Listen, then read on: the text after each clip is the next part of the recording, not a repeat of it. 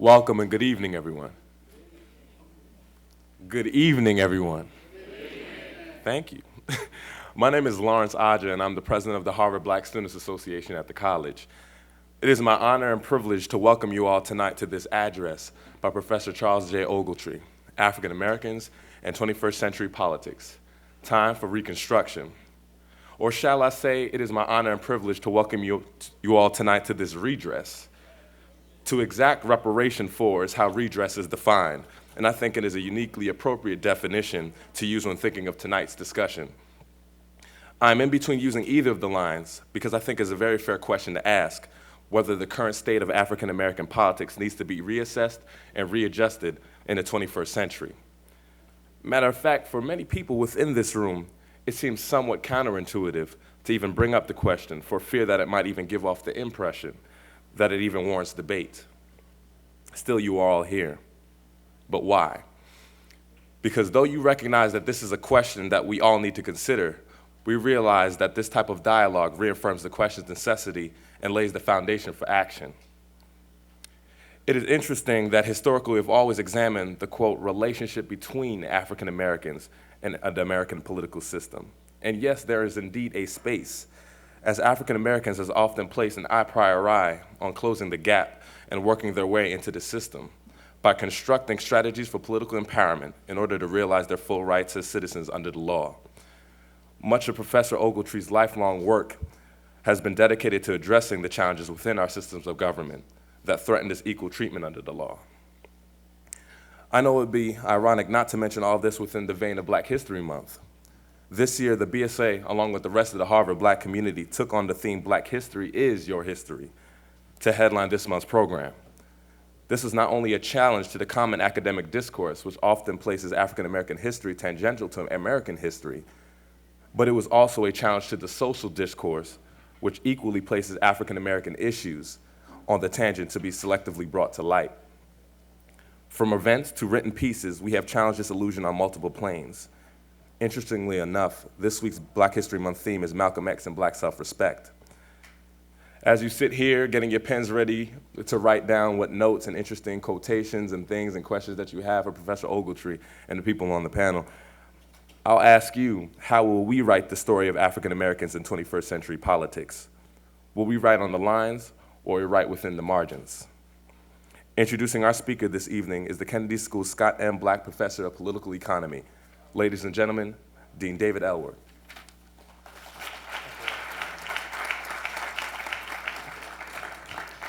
Thank you, Lawrence, and good evening. Welcome to the forum. And this is a special evening for us because our guest speaker is Charles Ogletree from the Harvard Law School. It's my great honor to introduce him and welcome him here. After receiving his JD from the Harvard Law School, Professor Ogletree began his career as a staff attorney in the District of Columbia Public Defender Service. He quickly rose to the ranks as training director, trial chief, deputy director of the service before entering private practice in 1985. 4 years later, Ogletree returned to Harvard as assistant professor of law. He was also given responsibility for overseeing Harvard Law School's trial advocacy workshop. I should say, to me, this is one of the great examples of public service, something that we celebrate throughout the university in various ways, something the Kennedy School very much stands for, and the law school. And Professor Ogletree tells me that there's increasing interest in doing public interest work, and I think that's terrific, so that's a good start.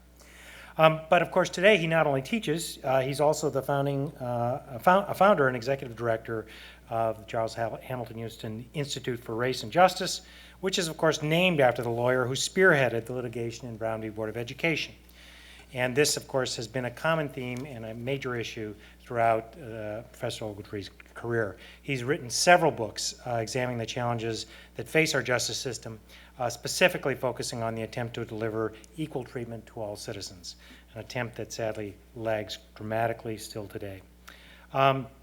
He's got a recent book co-authored with Deborah Road entitled Brown at 50, The Unfinished Legacy, and also a book called All Deliberate Speed, a remarkable history of race relations and indeed the importance of three little words inserted in Brown v. Board, but I will not steal whatever thunder, whether you're going to talk about this and signing later.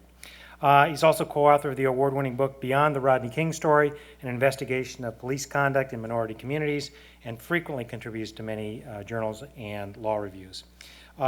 His reflections on his experience as Anita Hill's legal counsel during the Senate confirmation hearings for Justice Clarence Thomas are contained in The People versus Anita Hill, the case for client-centered advocacy. It's a chapter in the book, Race, Gender, and Power in America. Besides his strong academic focus, he's made several appearances and as a guest commentator on a variety of programs, ranging from Nightline to McNeil Lear, Crossfire, Meet the Press, and the like. He's also a recipient of all kinds of awards and recognitions, though I suspect his recognitions in local churches are important as his National Bar Association's prestigious Equal Justice Award, as well as the Medallion of Merit from the Washington Bar Association and many others.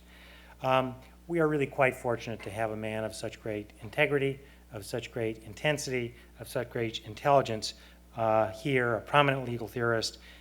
He's examined issues in the classroom. He's walked the walk, he's talked the talk, he understands and listens and learns. And this is our opportunity to understand and listen to learn from a great man, Charles Ogletree. Professor? Thank you very much.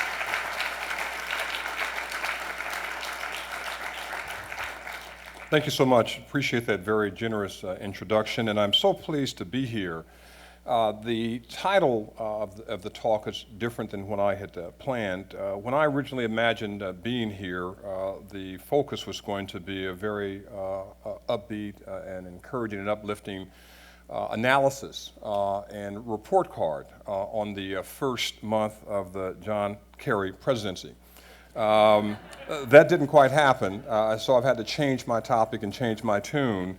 But I will, if you ever want to hear it, tell you what would have happened if John Kerry had been in the White House since January of 2005.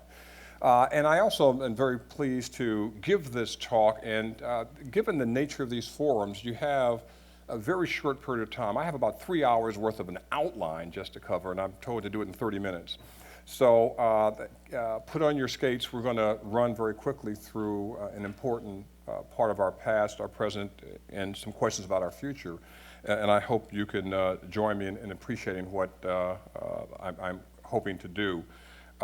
This is timeless. Well, let me just make sure all of my devices are working here.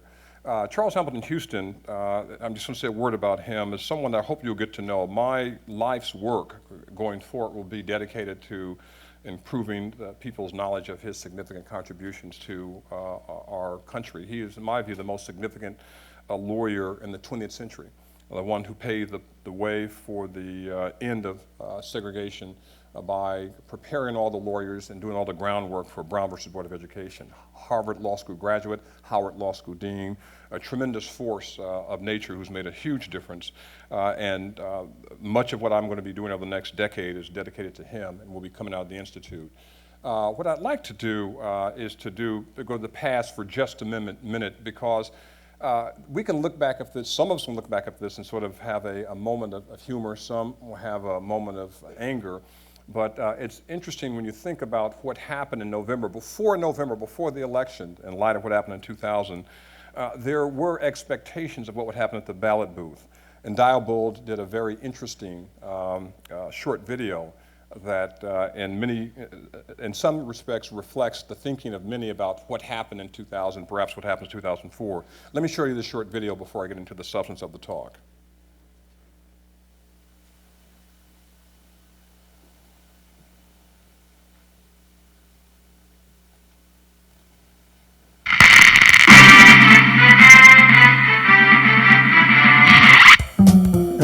Okay, where's my guy? Yep, there we go.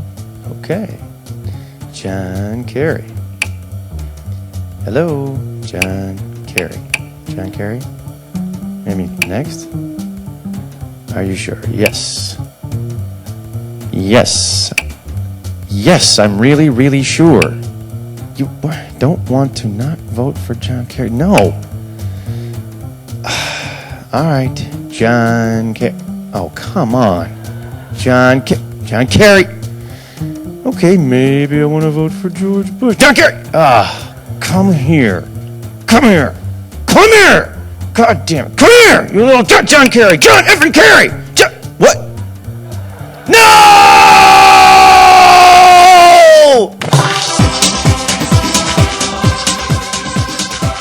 Now, this was clearly intended as humor back in October about what might be fateful elections, but it reminded many of us of the peculiar challenges facing us in politics in the 21st century. And as I look forward, it was important as well for me to look back, and I want to take a quick look in the past. Many of you might have seen some of Slavery in the Making of America, a brilliant series on PBS very recently. If you didn't see it, there's one particular person who has connections to this community and who was a forerunner of a major politician in the African American community. His name was David Walker. And in 1829, he gave an impassioned plea. He was an African American activist, and he gave a plea to African Americans, or as they were called then, the colored citizens of the world, in one of the most significant but largely forgotten indictments of American racism, and called upon his, quote, slumbering and afflicted brethren, end quote, to wake up and respond to the oppression occasioned by slavery and other maladies in the 19th century. Today, David Walker, like so many others who called for African Americans in particular to seize the moment and to fight for true political and social independence, is but a footnote in history. Tonight, I want to summon some of the courage of his words and his timeless message, as well as the plaintive pleas of so many others to awaken among African Americans in particular, but the country more generally, a call to arms. Arms that embrace true equality and liberty in the 21st century, and to initiate a serious, sustained, and palpable dialogue that suggests a reassessment, if not a full reconsideration, of the political choices that are pursued by African Americans in national politics. In his appeal back in 1829, Walker wasted no words in making it clear what he thought was the mission and who were responsible for the problems. He said, quote, "We colored people of these United States are the most wretched, degraded, and abject set of beings that ever lived since the world began, down to the present day, and that the white Christians of America who hold us in slavery, or more properly speaking, pretenders to Christianity, treat us more cruel and barbarous than any heathen nation did any people whom it had subjected." He didn't stop there. He went on to say, "Throw away your fears and prejudice then, and enlighten us, and treat us like men, and we will make you more than we now hate you. Treat us like men, and there is no danger that we will all live in peace and happiness together. For we are not like you, half-hearted, unmerciful, and unforgiving. What a happy country this will be if the whites will listen.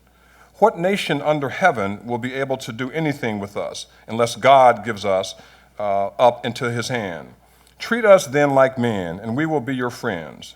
And there is not a doubt in my mind, but the whole of the past will be sunk into oblivion, and we yet, under God, will become a united and happy people."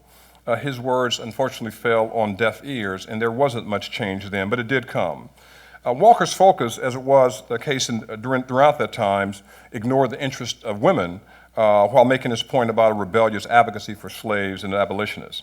Today, as I reflect on the 2000 and 2004 elections, the question that I'm constantly asked by those who I encounter is as follows, quote, "Okay, genius, what arguments are you going to use now to give African Americans, particularly those suffering from poverty and despair in urban communities, a sense of hope, and to encourage them once again to actively participate in national politics?" I'm an eternal optimist, but I must concede that the past two national elections have caused me to pause in my thinking about whether there is an argument to continue the African American allegiance to the Democratic Party, or accept the Republican Party solicitations, or to pursue a third, as yet undefined, option for our political future. Each of these options, in my view, must be seriously considered, and the choice we make will undoubtedly impact the future of Black participation in the national political process.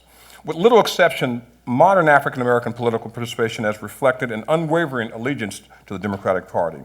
But while African Americans demonstrated little sign of wavering support in recent election voting trends, the most successful mechanism through which to satisfy collective interests in the future is currently in question, particularly given the recent Democratic difficulties in securing national office positions.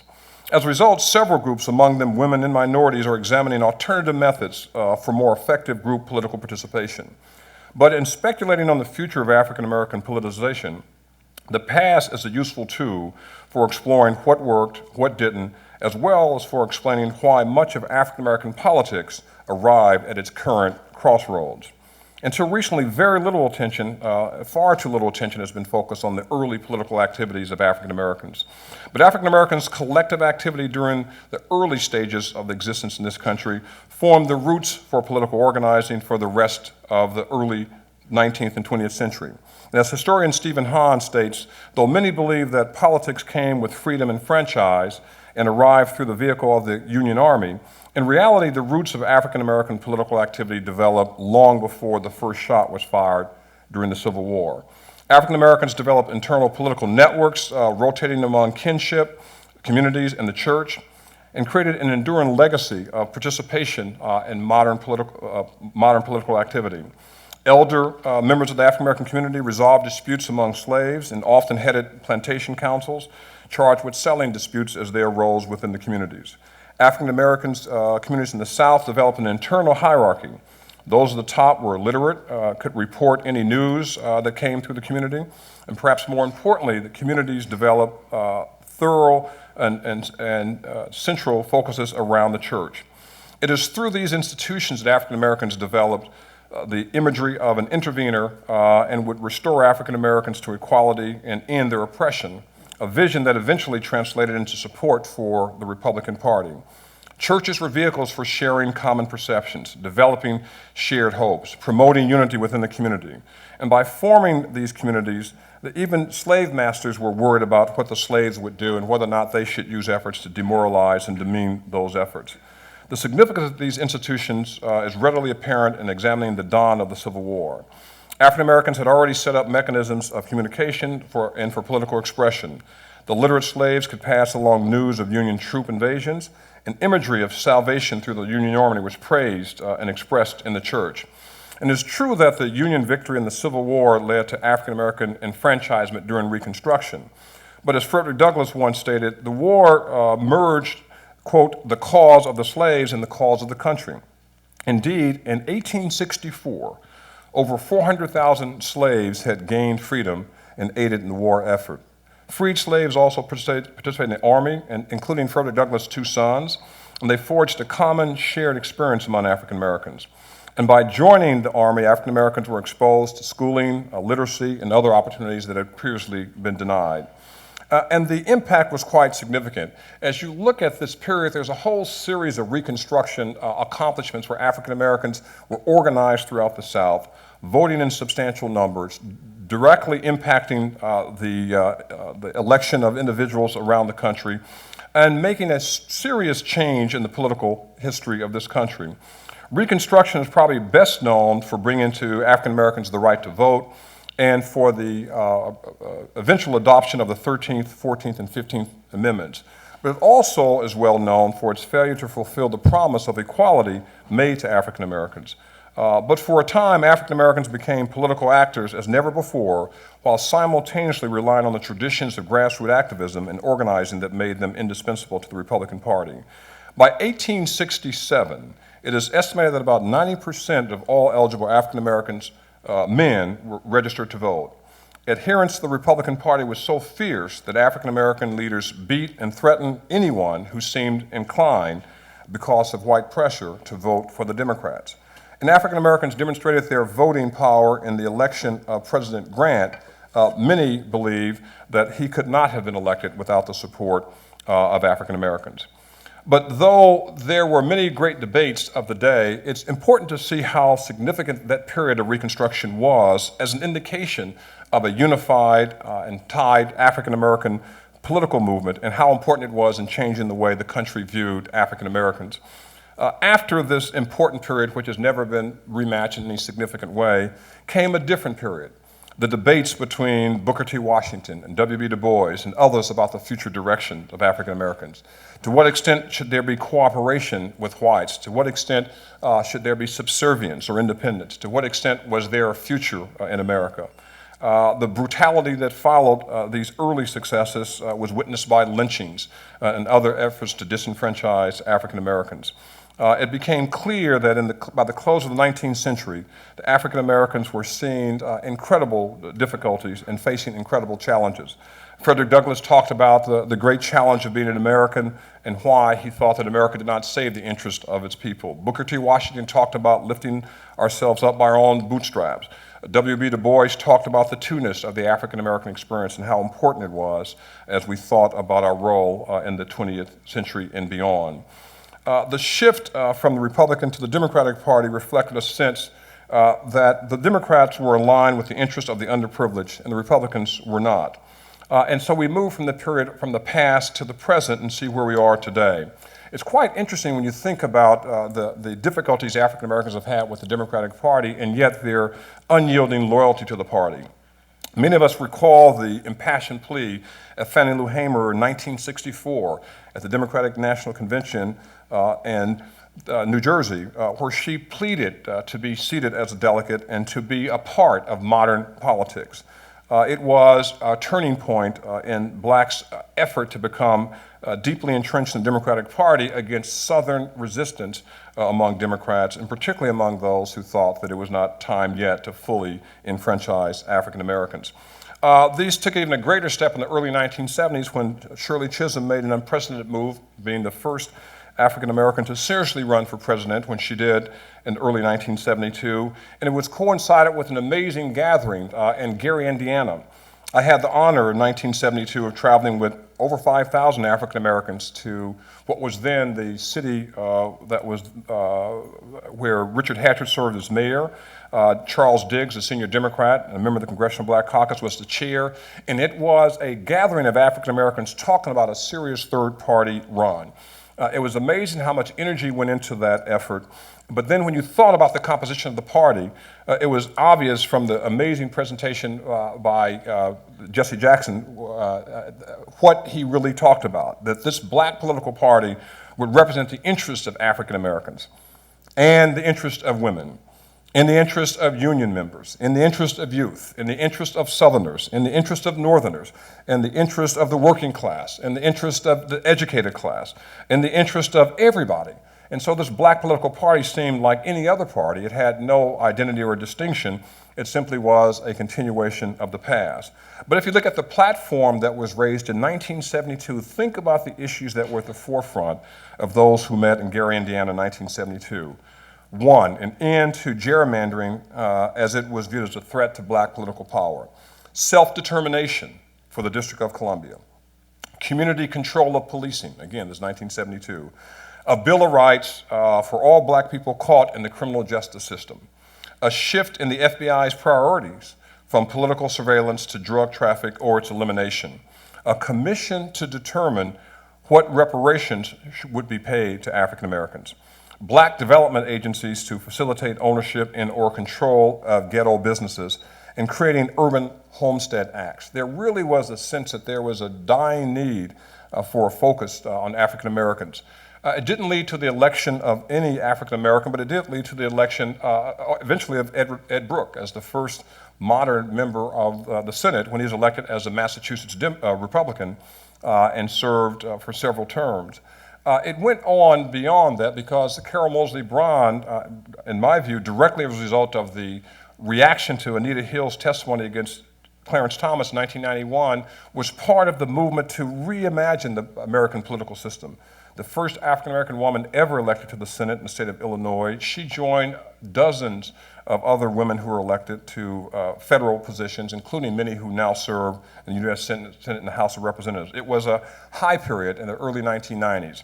And now we see even the other side of the political process when we see people like Alan Keyes, who called other people carpetbaggers, but found a way to go from Maryland to Illinois to run, who's disowned his own daughter because of her sexual orientation, and who actually, ironically, has spoken out in favor of reparations and called his opponent, my former student and the senator from the state of Illinois, Barack Obama, tantamount to a slave master because of his views on abortion and other issues.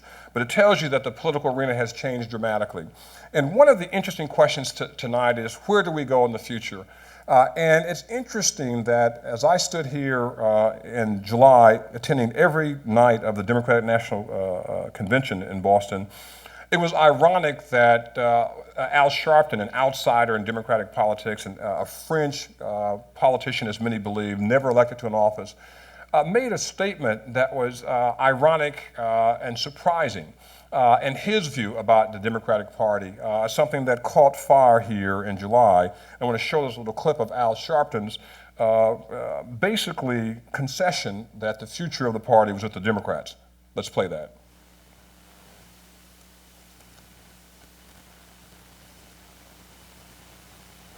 I have come here tonight to say the only choice we have to preserve our freedom at this point in history is to elect John Kerry, the President of the United States. Mr. President, you said would we have more leverage if both parties got our votes. But we didn't come this far playing political games. It was those that earned our vote that got our vote. We got the Civil Rights Act under Democrat. We got the Voting Rights Act under Democrat. We got the right to organize under Democrats. The reason we took Florida so seriously is our right to vote wasn't gained because of our age. Our vote was soaked in the blood of martyrs, soaked in the blood of Goodman, Chady, and Cerner, soaked in the blood of 4 little girls in Birmingham. This vote is sacred to us. This vote can't be bargained away. This vote can't be given away. Mr. President, you said the Republican Party was the party of Lincoln and Frederick Douglass. It is true that Mr. Lincoln signed the Emancipation Proclamation, after which there was a commitment to give 40 acres and a mule. We never got the 40 acres. We didn't get the mule. So we decided we'd ride this donkey as far as it would take us. So therein lies had nothing to do with therein 9/11. lies, stop it there. Therein lies the challenge of 2004, Al Sharpton's dream that the Democratic Party would have the answer. But as I look today, I believe the Democratic Party will have its work cut out to duplicate the massive and energetic turnout of black voters as witnessed in 2000 and 2004. The anger and frustration of the black community is palpable, and it's unlikely to subside anytime soon. There are some modest signs of hope for the Democrats with the increase in the number of Congressional Black Caucus members to 43, and with the election of Senator Barack Obama. The growing curiosity and excitement is also clear because at the same time, on the other side of the aisle, you see the amazing success of the Republicans, Condoleezza Rice, the Secretary of State. And yet, as we look today, there is modest signs of hope that the Democrats might have an impact with the young, brilliant, another Harvard Law graduate, Deval Patrick, talking about running for governor here in Massachusetts. He has created a sense of opportunity, hope, and excitement, particularly among those hip-hop voters who participated in the election for the first time in the year 2004. At the same time, the Republican Party is doing an incredible job of increasing its own presence in political circles. Ken Blackwell, who was responsible for the votes in Ohio that were contested, is going to be running for governor, probably as a Republican, probably will be elected. And it means that both parties have some real candidates. But who's the real answer? Oprah Winfrey. The one everyone loves, who can really bring us out of this morass if we're looking for a true candidate. I say that because it tells you what a mockery it is when you can't even think of with any sense of seriousness about what the party may look like 4 years from now. And Democrats are seriously trying to persuade Oprah to run in 2008. I'm not sure whether they know whether she's a Republican or a Democrat. They just know that she was very electable. But it tells me that the real problem is, do we go back to Reconstruction? How do we go back and reflect upon the incredible challenges that David Walker gave us 175 years ago? How do we bring Al Sharpton's hope home? And I think it's time to at least to go back to the past and use the Reconstruction model to think about a third effort. African Americans as a group are a wealthy and powerful entity, but have never used that power to promote an independent political movement. We need only listen to the words of the chairman of the NAACP, Julian Bond, just 8 months ago to talk about the amazing frustration that was evident before 2004. During his keynote address in July, Bond really issued a challenge for a third party. He didn't call it that. He accused the Republicans of playing the race card in election after election. He said the party appeals to the dark underside of American culture, to the minority of Americans who reject democracy and equality. He said they practice neutrality and practice racial division. He went on to say things that really sort of put it in a context that many people thought, in a sense, created some of the problems the NAACP ultimately had. He claimed that the Republicans, quote, tried to patch the leaky economy and every other domestic problem with duct tape and plastic sheets. They say giving health care to all Iraqis is sound policy, but they say giving health care to all Americans is socialism. He went on to say that the differences between the candidates this year are neither incremental nor inconsequential. But he said as well, his problem with Democrats and Republicans were as follows. That the Democrats are not in opposition, he said. They're an amen corner. With some notable exceptions, they have been absent without leave from this battle for Americans' soul. When one party is shameless, the other party cannot afford to be spineless. So he left that convention with the sense that neither party was really doing what it should to promote the interest of African Americans, and indeed went on to say, quote, any NAACP branch that isn't registering voters ought to turn in its charter. Clearly his sense that something important needed to be done. These polls about the final point is the polls about these election results. You can see what you've typically seen, the blue states versus red states. The Kaiser Family Foundation, of which I'm a board member, did a more intense study, and it would show the intensity of voting county by county that showed it as much more of a mix than before, and also did a very interesting cartograph that's showing you here. Here's what, if you look at the actual population, the red states and blue states are different, and it's amazing how you can see the enormous amount of focus on the east, the west, and the central part of America, but absolutely no impact at all in the south. And the ultimate goal is to say that the country is equally divided among their choices. And in my view, many Republicans and Democrats actually think alike, act alike, and aren't that different than many would otherwise suggest. So what's the future? The future is whether or not somebody like Howard Dean, who's now the head of the DNC, will give some real direction to the party. And before I end, I wanted to remind people of what I think was one of Dean's brightest moments as a candidate, and an energy that I thought reflects well on what the party should be about. Let's play this quick slide.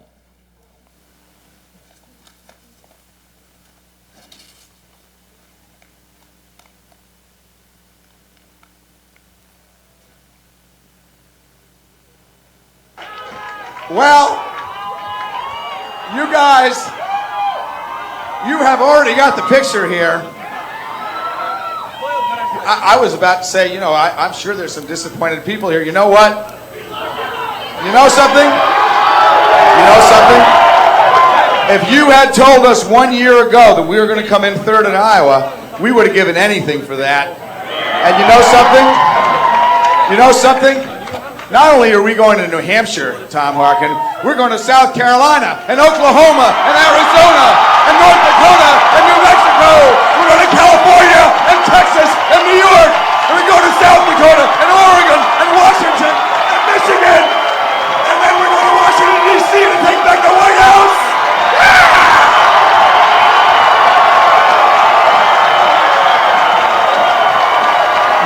Now for all too many Americans, that was viewed as the low point in Howard Dean's campaign. For me, it was the high point.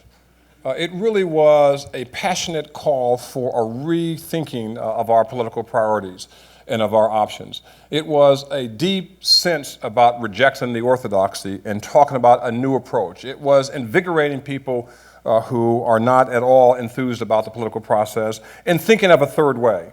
And that same enthusiasm, that same energy, that same passion, in my view, is essential as we think about what we do today. And the person that I draw my energy from is Justice Thurgood Marshall, who never ran for office, but clearly was a giant in terms of his impact on the legal system and how he helped change it in the 1950s. It's ironic, too, that there's a Marshall story that I have to tell. In 1972, in his 5th year on the Supreme Court, Marshall was very seriously ill, and he was at Walter Reed Hospital in Washington, D.C. President Nixon sent an envoy over to check in on him to see how he was doing. Marshall couldn't speak, and all he could do was write a note. So he took a paper and wrote 2 words on it to send them back to President Nixon, and the 2 words were, "not yet." And that was the whole point. I'm not going to leave this position of the Supreme Court, and you're not going to replace me, President Nixon, because I'm going to serve as long as I can. But his point was something else. It was a passion about politics and a passion about what we must do. And his words to me are the words that would encourage this movement for a third party, one that's unwilling to be cowed by either Democrats or Republicans, one that's prepared to talk about principle and not simply about success, one that's prepared to take a very long view in terms of politics and take as long as it takes to make sure that the right issues are there and that the interests of the large majority of people are protected and not those that are short and self-serving interests. And his spirit, more than a decade ago, is what I'd hope I'd hear some candidate who really is concerned about the people say today. He said, and I commend to you who are thinking about the future of the country, he said this: "I wish I could say that racism and prejudice were only distant memories, and that liberty and equality were just around the bend. I wish I could say that America has come to appreciate diversity and to see and accept similarity. But as I look around, I see not a nation of unity, but of division. Afro and white, indigenous and immigrant, rich and poor, educated and illiterate, but there is a price to be paid for division and isolation. We cannot play ostrich. Democracy cannot flourish amid fear. Liberty cannot take bloom amid hate. Justice cannot take root amid rage. We must go against the prevailing wind. We must dissent from the indifference. We must dissent from apathy. We must dissent from the fear, the hatred, and the mistrust. We must dissent from a government that has left its young without jobs, education, or hope. We must dissent from the poverty of vision and the absence of moral leadership. We must dissent because America can do better, because America has no choice but to do better. Take a chance, won't you? Knock down the fences that divide, tear apart the walls that imprison, reach out, freedom lies just on the other side." And as we think about the next round of elections, as we think about the future of America, as we think about Reconstruction, I urge all of us to not accept what has been, not accept what we're told, but to think outside the box, to be prepared to say we too, in thinking about the future of America's politics, are prepared to be principled, committed, and divisive, but ultimately victorious because we have something that we believe in and will stand for, and we will ultimately have that great creed of one nation, indivisible, with liberty and justice for each and every person in America. Thank you very much.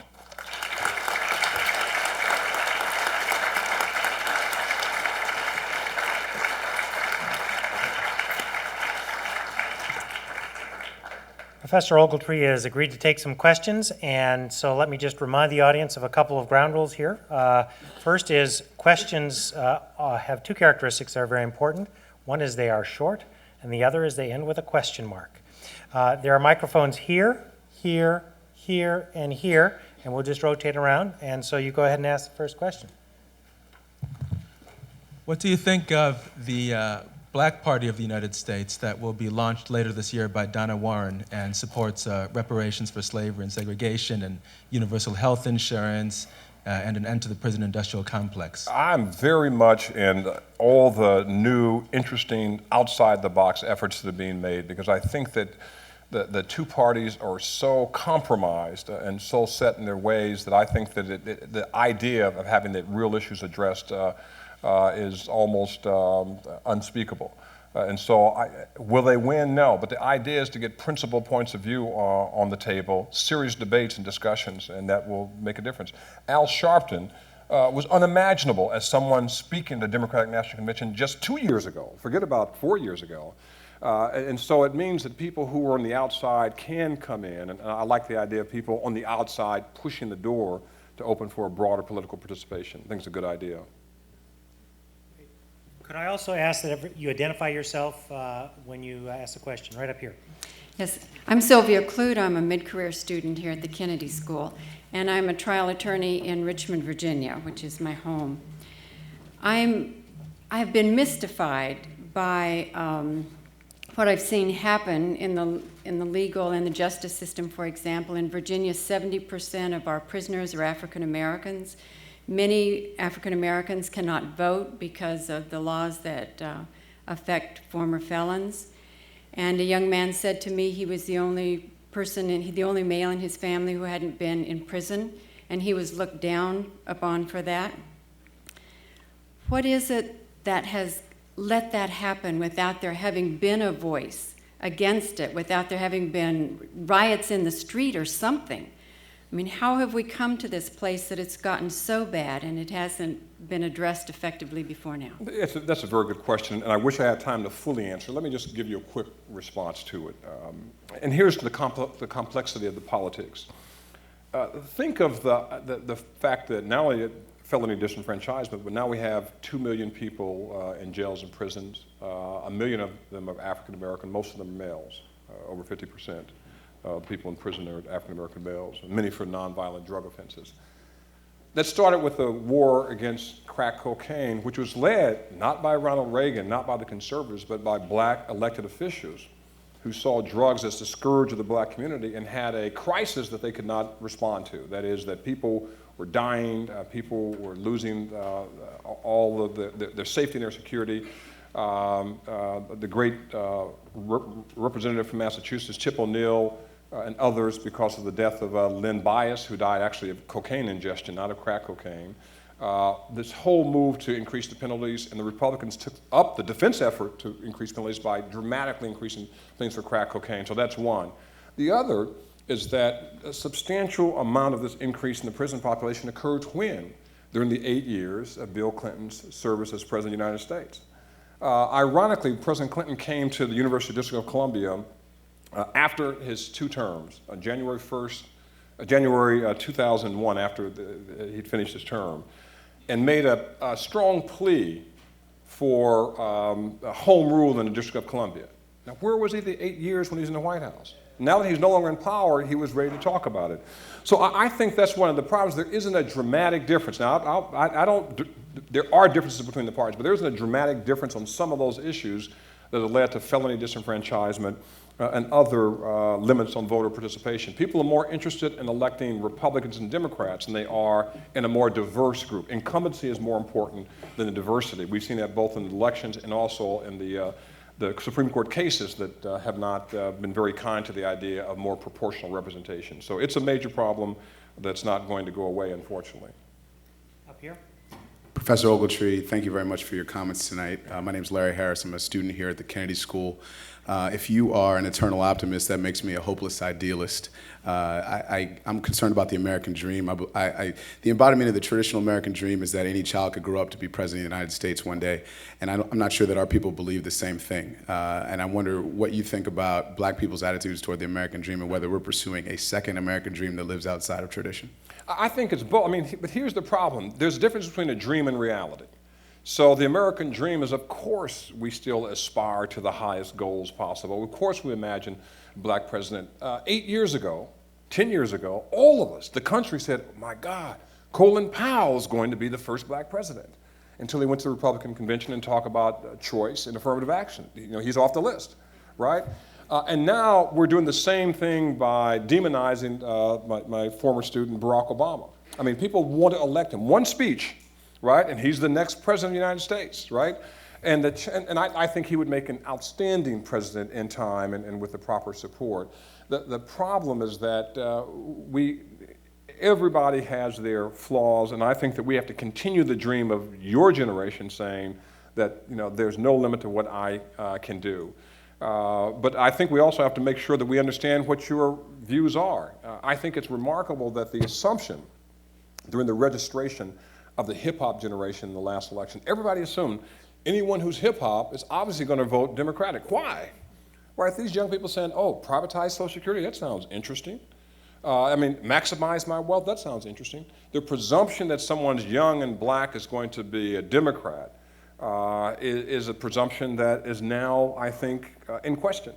And so I hope your dream and your optimism will continue, because I do think very fervently that the success of the direction of our country will come from the bottom up and not from the top. And when people like you start saying when they're 20 and 30, I'm going to run for office, because our time is gone. When you believe that you're the Messiah, that you're the answer to the problem, when you realize that Dr. King was 20, in his 20s when he took the stage. Rosa Parks was a very young woman. I mean, all those people didn't wait until they were 40 or 45. They started the moment that they were pushed off the ledge to make a difference. And my hope is that somebody will be bold enough to talk about running for office and those states. And then just one final thing. Here's the problem. Because of time, I didn't get into it.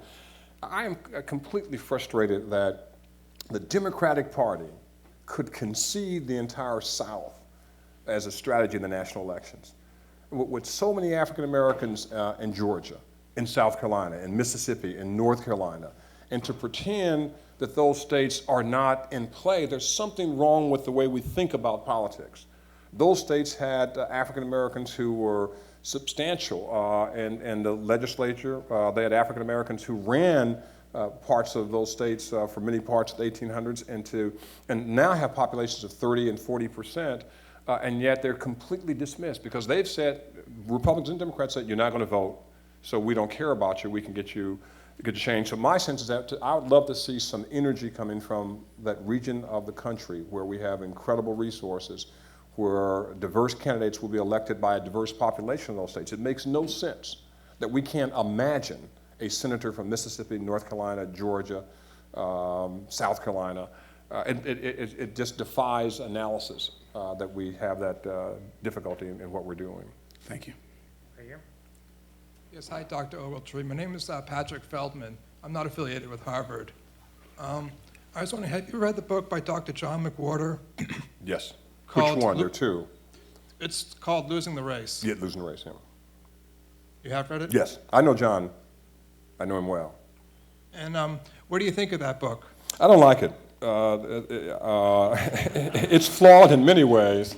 And John and I have had some very interesting debates about this. He's a Stanford graduate, trained by a great friend of mine, John Rickford. He's a brilliant linguist. But politics, I think, are an area that may be beyond his great interest. He's actually left. Let me finish my answer. He left a tenured position at the University of Berkeley, as you know, where he taught, and he's now full-time with the Manhattan Institute in New York. But he is one of the serious 21st century thinkers that has to be acknowledged, because he has a platform, he has a different set of views. People are going to listen to him. And you have to be able to engage his issues. So I've told you, I read his book, I disagree with it, and you may have a different point of view, but that's my point of view. Right over here. Thank you. My name is Neka. I'm a sophomore in the college. You started your speech with a reference to David Walker's appeal, which is steeped in Christianity. Right. I was wondering how you would think that black politicians, or just politicians of today, could work with or work around the black church? That's a very good question, and that was part of what I had, but given the interest of time, I didn't cover that at all, because Ken Reeves is going to ask me that same question. And here's the issue. The church has been the center of our political success. Whenever we've had success, it's been the center. And what I didn't mention in the portion I gave is that the Republicans did a masterful job of co-opting a portion of the black church and getting an anger and a passion and an energy that had not been seen before involved in the election. They were saying things about John Kerry that just weren't true. If Kerry's elected, your children are going to be assaulted in daycare centers. I listened to some of the southern radio stations. It's fascinating radio. I mean, it's all fiction, but it's fascinating to listen to, because they constructed a world, a 1984, an Orwellian world that couldn't possibly exist, but it appealed to the emotions of people in many regions of the country and led to that. And I think that we have missed our time bringing the church in. The churches are conservative, moderate, in some sense almost too narrow on a variety of issues. But I think that in terms of what Dr. King did, says that we're going to put our differences aside and bring our similarities to the table and use that to move forward. And that sort of leadership is very important. You see these mega churches now with 20,000 members, not at all politically, building housing and taking care of economics, but in terms of actual being involved in the political process, it's just not there. I think that we can't possibly make it without the black church. It's the only institution that is the foundation across the nation. It's not the NAACP, unfortunately. It's not the Urban League. It's not this group or that group. It's really the church, the undefined church that has the majority of the people and who can lead that mass of people into a political direction. And if we don't capitalize on that, we're going to fail. And the church also has to make sure that we don't allow wedge issues or an issue, as happened in the last election, to divert the larger cause, a larger mission. That's what happened. That can happen again if you pick the right issues. And I'm hoping that there will be a serious education of the ministers, the clergy, and the members about these controversial issues. We can agree to disagree, but we can't ignore the diversity of our community, the basic civil rights that are being ignored, and the need for a more inclusive view of our society. Thank you. You ready to ask Chris? Hi, Professor Ogletree. My name is Chris Drake. I'm a first-year student at law school. Good to see you. And I have another question for you about black people. I know that you spent a lot of time talking about the Democratic Party and the future of it, but here's what I'd like to know. And actually, I was just having a long discussion about this last night. I think one of the big problems I see in general with the black community is the lack of unity that is going on there right now. I think that, especially over my lifetime, I feel like it has even, grown further and further apart. And there's so many divisions in the black community that the unity that seemed to really drive our people throughout so much of our history in the United States, especially, is starting to melt away in a few different ways. I'm not sure how you feel about that, but I guess my question is, if you feel that the unity is not as much there, what do you think is the best way to create it? And then if you think that it is there, because, clearly there are a lot of things that unite us, no matter what our backgrounds are, no matter where we come from, we all have a common history, and we all face a common struggle against racism in all its forms. So if you think that it's not there, what do we need to do to create it? And if it is there, what do we need to do to maintain it? Good question, Chris. Let me tell you what I think at least one of the major problems. And that is that we fail to listen. We really fail to listen. We always go into the community with a plan, with an idea, but we don't take time to say, what do you think? And there's an enormous frustration in the urban community because they're confused. Every single time this country has been at war, internally or externally, the first people prepared to volunteer and shed blood are African Americans. And they come back and find that the idea of being a citizen is compromised because of racial profiling, because of other barriers. And so there's this, am I a patriot or not? Am I a citizen or not? Am I respected or not? And so listening is one of the major problems. The second is that we have talked about our first stage, which was the civil rights stage, the freedom from, the whole civil rights. But we haven't talked about the second stage, the ownership of, the entitlement to, the commitment to, the whole idea of thinking about it in a positive way going forward in economic development. We really haven't done that, and our national organizations have not done that at all either. And every time we hold these forums, you can see that there is an energy in the community and a restlessness. And my fear, I really do fear that there is a lesson in this last election, and that is that it's going to be, I think, almost impossible to go a third time and tell the same story to convince people to come out and vote. And so my view is that let's try something new.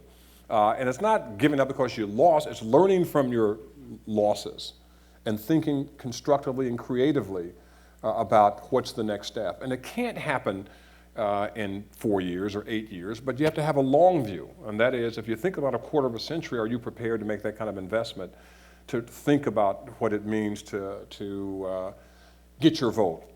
And I think that the Democrats here that can't be taken for granted, that's going to have a big impact across the states and local elections, et cetera. But I see something happening that we are sort of ignoring our community. We're not listening, and we're paying the price for it because they're not listening to us anymore. And not, quite frankly, they're right to not listen because they've been misled so many times. I'm going to take the 3 questioners that are standing at the microphone here. Right here. Hi, Professor Ogletree. How you doing? It's a little loud. My name is Crystal Fleming. I'm a doctoral student in the Department of Sociology. I think yesterday was the 40th anniversary of the assassination of Malcolm X. That's right. So I'm curious what you may think are, or if there are any enduring legacies of his ideology for this proposed third party, especially in light of kind of the emergence of a so-called colorblind framework in politics today. And more broadly, what kind of political cachet do any kind of claims regarding race have in today's marketplace of ideas? Yeah, it's a great question, and it's very interesting because what people forget is that in many respects, Malcolm X was a conservative. And I use that word in a different context, not the way we dally about now and then. Conservative, religious values, very traditional. And yet, and also think about this: he was just like Dr. King, even though the history has defined him otherwise. Never did a violent act ever. I mean, his words were powerful and strong. But I remember one of his classic speeches that I play regularly, and I urge you to listen to it. It's called "The Ballot or the Bullet." And I mean, it was a nice choice. And here he says in the 1960s, here's the choice. Either he wanted to be a regular citizen participating in democracy, and if you don't give us the right to participate, then we're going to have to fight. I mean, fighting for something as modest and as conservative as the right to vote was his sense of a strong stand. So I think there are a lot of lessons there, just like David Walker. I mean, we've got a map. There's a trail that's been prepared. We just haven't followed it. And the good news is that your generation will be able to see Malcolm X now that it's 40 years distant and see how brilliant and thoughtful and ahead of the curve he was in ways that others didn't see him. I think there's also Archie Epps who wrote a book. Ken, am I right about that, about Malcolm X's speeches at Harvard? So there's a book here that you should take a look at that contains a different side of Malcolm X. And he is one of those 20th century geniuses that has been misunderstood or marginalized. If people talk about him about anti-Semitism or about the black Muslims and they don't see the full range of him or what he did after he went to Mecca, they're missing the essence of a brilliant man who wanted a unified, inclusive society where Christians and Muslims could live in peace. Think of how important that was 40 years ago when we think about the division we have now as a result of 9/11 and other factors. Thank you, Dr. Ogletree. My name's Tannen Carroll. I'm a student here at the Kennedy School. I believe in Sunday's New York Times there was an article about now that there are more Africans than actual immigrants who have came over than actual slaves who were brought over by the slave trade. Speaking about the past and bringing that into the future, I think this is an interesting issue, and the article actually brought up a lot about that, and I believe you were even quoted in the article. Right. I was wondering if you could kind of expound on how you feel like this dynamic of now being different backgrounds and coming together towards a common political agenda, having over half the population or a large percentage of the African American population now as immigrants and not from a slave legacy. Well, I mourn the fact that unlike almost any other people in the United States, that African Americans have a tenuous and very limited connection with Africa. And that was because of slavery. That was because of all the efforts to destroy the African culture that was brought here in the 1600s. And I can't, like someone from Italy or Germany or someone from China or Japan or someone from Ecuador or Peru, I can't trace back those generations. They exist, but they've been severed. And that's unfortunate because it harms Africa and it harms descendants of African slaves who are here in America. Ironically, there has been this sense that people from not just the continent, but also the Caribbean had this attitude that I'm not an African American, I'm an African, or I'm a Jamaican, or I'm, you know. And it's interesting because unfortunately our society let them buy into the presumption about African Americans: lazy, unintelligent, violent. I mean, all the stereotypes. And you see that remarkably, I don't know how many times, you see that not just in the way people talk about it, but when you're you know, trying to get a taxi cab. I mean, the Africans will see me and drive right by, even if I hold up Colin Powell's book, like, you know, I'm trying to do that, saying, hey, wait a minute, you know, nothing seems to work. And the assumption, they don't see a black man, right? Because they're a black man. They see something that America's created. And I'm wearing my best suit, you know, I've got nothing but $20 or wad of $20 bills. I want to tip them, right? And so that to me is part of it. Now that's part one. Part two is that the reality is that we're indistinguishable in terms of the way that we're treated in the justice system. And I made that point in the article. That when the police in New York shot Amadou Diallo, he was black. They didn't know whether he was from Guyana or New Guinea or Haiti or Detroit or Harlem. You know, and the same thing with Abner Louima. The same. It's over and over again. So that's a new experience for Africans to see that there is no difference in terms of race, in terms of how you're viewed in some eyes. And that's been sort of enlightening. And my hope is that, and my view is that the idea of more immigration is very important. I think the problem has been, it's been a color of race again. When you think about the problems of the Haitians and how the Haitians and Cubans are treated differently, and the fact that we are bringing in people from certain European countries and not from certain African countries. So there's a reason for people of African descent who are here to see a connection and to become part of a party and part of a movement. And I hope that will happen. I hope that article, it was on Mondays, not Sundays, stirred a debate, and I hope my students at the law school have circulated. I'm interested to see what the students will have to say about this debate, because we have to talk about it and not ignore it. Last question. Yes, for Professor Ogletree, thank you for having another one of these Keep Hope Alive meetings. I feel we should bring back Jesse. And speaking of live hope, I wanted to be sure that you all knew that our next governor, Deval Patrick, is here. I want him to stand so you can see him.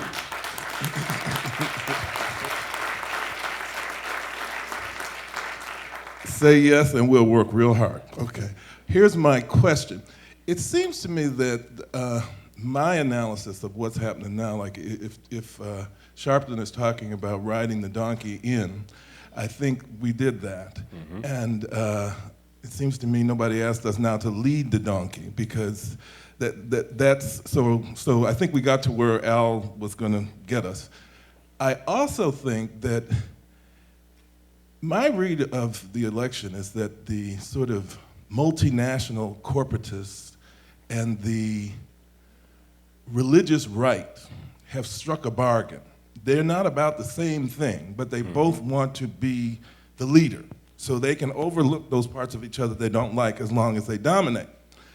Which leaves the rest of us, particularly, I'm also convinced if it's Cambridge analysis about America is wrong, because everybody here has one view and the rest of them seem to have another view. So as we go forward now, and I'm a Deniac, I'm really happy, and that clip I never understood why it got the national analysis it did. Mm-hmm. But as we go forward and talk about third parties, I would just ask this. One is that we've had some opportunity to look at these rainbow-like parties, which I think conceptually is kind of how we should go, but we can't all be hippies again. It's got to be mixed in a way that has major leadership from women and major leadership from Latinos and blacks and Asians and the people who've been out. The second thing, and I really implore you to do this, I think once we hit the 21st century, we have to rethink this black church monolith thing completely. If one is a Christian, you do wonder why he's got all his Christians who are black frozen up in something called the black church. Mm-hmm. it seems to me, if you're really Christian, you must assume that he would sprinkle everybody out.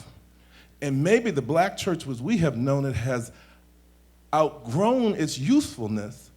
It wasn't meant to be a political tool, and to an extraordinary extent, the black preacher now thinks that he's the politician, which is a difficult thing when we didn't elect him. Mm-hmm. And in Boston, you have this oddity. You have Eugene Rivers speaking on behalf of black people, and he admits his church has 12 people. So how do you get anywhere from there? So, and I like Eugene. It's just that where can you be a big black preacher with a little black church? Except here. Except here. So there was a lot in that. But as we go forward for the third party, it's got to look and be different, and maybe the black church won't be the huge part of the black paradigm, because 4/5 of black people are not in church. So the 1/5 that's speaking on behalf of everybody, if it's not democratically elected, then our interests will never be represented. Let me respond to, and that's, I call him Mayor Ken Reeves. He's a mayor for life as far as I'm concerned, but he's a city council in Cambridge, Harvard College, and Michigan Law School. And let me respond in just a few points. First is that the black political party that I imagine, I mean the third party, the Rainbow Coalition, I imagine that can prevail, because I think there are a lot of Republicans and a lot of Democrats who are very much alike, very conservative, very moderate on a host of issues. I mean, they call themselves Republican and Democrat because 4 or 5 issues separate them, but if you think about their values, they're incredibly similar. And so it's easy to imagine that Rainbow Coalition. And I can describe that party. That's a party that can be successful. I'm not sure I could become a member of that party if it can't do the things that are important to lift up the bottom. That is, I don't want another party that's diverse and looks like America if it's not going to be concerned about the least of our citizens who don't vote, who don't have the right to vote, who are impoverished, and we don't care about them. So that's one. Second, I'm not ready to concede that the black church is an insignificant player. It's the only institution that we've ever had as a meeting place where we could organize for whatever it was, whether it's voting, whether it's a hunger campaign, whether it's jobs, whether it's the Brown versus Board of Education or ending segregation. The church was the place that made an incredible difference in the lives of so many of our people. And in some respects, I'm glad that the ministers are not elected. I worry enough about compromise. But the thing about it, and there's a whole series of preachers. We can talk about that at another time. But my point is that we have to start somewhere, and the only institution that has a history and a history of success and people willing to come to a place to hear something is the church. Political organizations are not successful. Civic organizations are not successful. There was a time, 100 years ago, when you and I, we wouldn't be joining the Bar Association or this. We would be joining the NAACP because there was a crisis, the name of the newspaper, there was a crisis. And this was the organization that would respond to the crisis. Now we think, well, I'm a lawyer or a doctor or a nurse or a teacher or whatever. NAACP is for somebody else. And so many people aren't even members. And so I think that the reality is that what I'm really calling for really is a sense that let's at least talk about and discuss a third way. Because if we continue to go in the same way, we're going to create 2 societies. They're going to be separate and very unequal. And we're going to be, we're going to be on the part of the separate, we're going to be part of them. Those with a job, with an education, with a home, and the poor will continue to be ignored. No rights to vote, no right to education. I mean, we're going to go back to the whole agricultural society, and I'm fearful that we're getting closer and closer to that. Every time we see a Condoleezza Rice, Alberto Gonzalez, Ken Blackwell, an attractive sense that here's a party that substantively is doing it, and you see the Democrats, no one likes the guy who's running. We like the party, we like the issues, we like the platform. It's just our candidate. I mean, that's amazing. And then we talk about George Bush and what he can't do and how incompetent he is and how poor he is. People love it. So my sense is that we've got to rethink that we're almost too selective about what we need, who can lead us. You don't have to sleep with him. You don't have to marry him. You don't have to love him. Can you vote for him or her? And can she or he make the difference that the community wants? I think it's time I really do think this is a time for us, the talented 10th in this room, to just not sit back with our own comforts, but to really help the community think through what we're facing and not tell them what to do, but to listen to the community, share with them what has to happen, because we've got to have that conversation, say why you should vote again. And right now, I don't have a compelling reason other than say vote for change. And change is anything but what we have now. Thank you.